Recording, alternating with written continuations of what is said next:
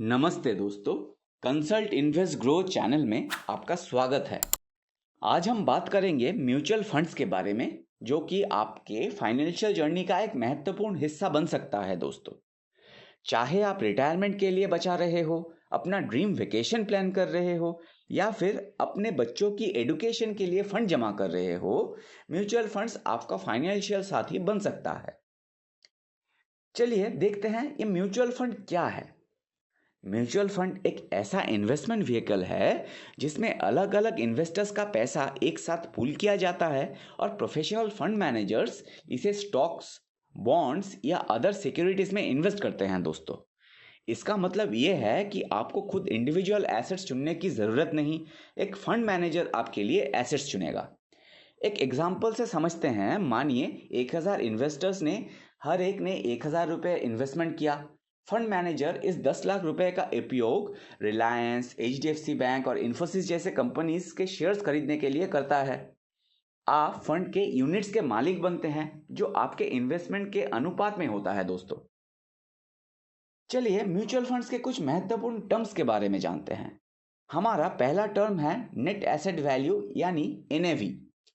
NAV एक mutual funds की per unit price होता है, जो रोज कैलकुलेट की जाती है। दोस्तों, इसे कैलकुलेट करने के लिए फंड की टोटल एसेट्स में से लायबिलिटीज को माइनस करके आउटस्टैंडिंग यूनिट से डिवाइड किया जाता है।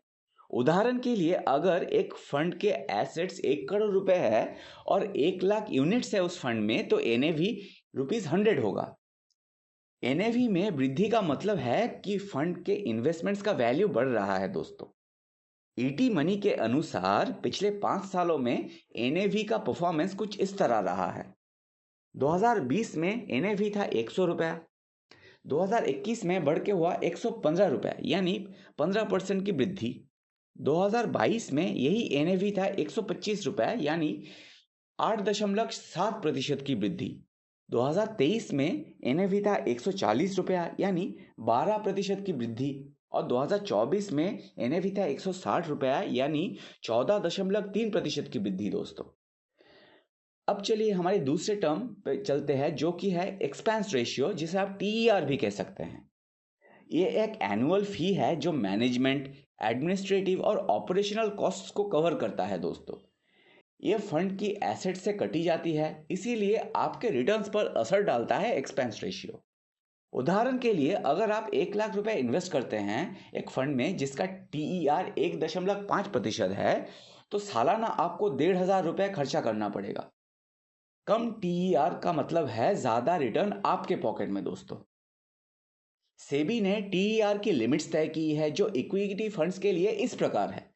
पहले 500 करोड़ के लिए 2.25% तक की TER, अगले 250 करोड़ रुपए के लिए 2% तक की TER, अगले 1250 करोड़ रुपए के लिए 1.75% की TER और अगले 3000 करोड़ रुपए के लिए 1.60% की TER। 50,000 करोड़ रुपए से ऊपर का फंड में 1.05% की TER तय किया है सेबी ने। दोस्तों, ये जानकारी AMFI इंडिया द्वारा प्रोवाइड की गई है। हमारा अगला टर्म है लोड।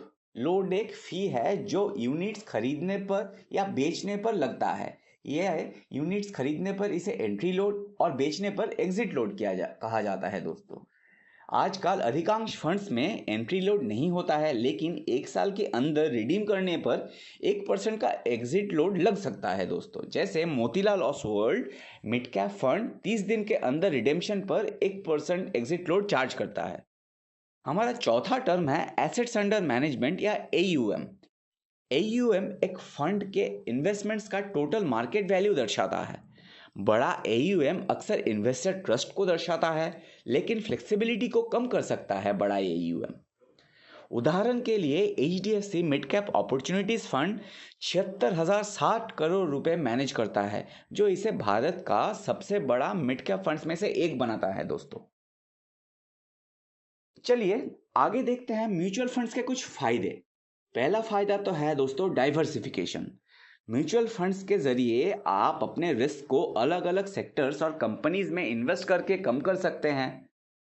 जैसे Fidelity select semiconductor portfolio fund companies जैसे एनवीडिया, ब्रॉडकॉम और टेक्सास इंस्ट्रूमेंट्स में इन्वेस्ट करते हैं, जिससे स्टेबिलिटी और ग्रोथ का बैलेंस बना रहता है दोस्तों। दूसरा फायदा है एक्सेसिबिलिटी। आप एसआईपीज यानी सिस्टमैटिक इन्वेस्टमेंट प्लान्स के साथ छोटी रकम से शुरुआत कर सकते हैं।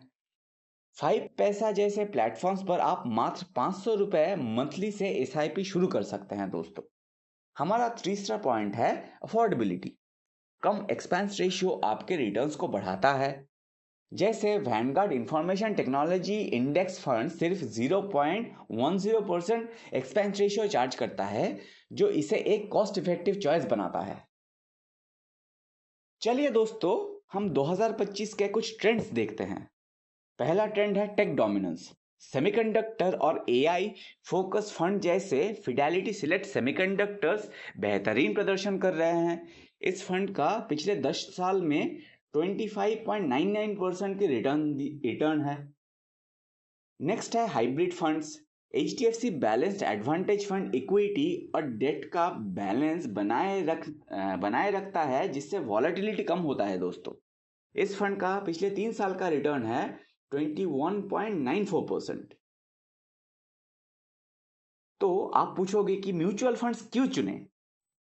पहले तो म्यूचुअल फंड बिगिनर फ्रेंडली है। आपको स्टॉक्स चुनने की एक्सपर्टीज की जरूरत नहीं है। म्यूचुअल फंड्स ट्रांसपेरेंट भी है। डेली एनएवी अपडेट से सेबी रेगुलेटेड TERs है। फ्लेक्सिबल भी है। आप इक्विटी, डेट, हाइब्रिड या सेक्टर स्पेसिफिक फंड्स में से चुन सकते हैं। यहाँ हमारी प्रो टिप है दोस्तों, जीरोधा के अनुसार डायरेक्ट प्लान्स में कम TER है और रेगुलर प्लान्स ज्यादा TER, लेकिन ये इन्वेस्टर सपोर्ट भी देता है। कंक्लूजन में हम ये देखते हैं कि दोस्तों, आज ही शुरुआत करें। यहाँ तक कि 500 रुपए की मंथली SIP भी डिसिप्लिन इन्वेस्टिंग के साथ एक बड़े रकम में बदल सकता है दोस्तों। याद रखिए, mutual funds investment market risk के अधीन है। पास्ट परफॉर्मेंस रिटर्न्स का संकेत नहीं है दोस्तों। हमें उम्मीद है ये वीडियो आपको ज़रूर पसंद आया होगा। ये हमारा म्यूचुअल फंड ट्यूटोरियल का पहला एपिसोड है। अगले एपिसोड के लिए आप चैनल को सब्सक्राइब ज़रूर करें और वीडियो को लाइक और शेयर करना ना भूलें दोस्तों। अगर ये इन्फॉर्मेशन आप आर्टिकल के रूप में पढ़ना चाहते हो तो डिस्क्रिप्शन में दिए हुए लिंक्स को क्लिक करें। consultinvestgrow.com को बुकमार्क करें। धन्यवाद दोस्तों, फिर मिलते हैं अगले वीडियो पर।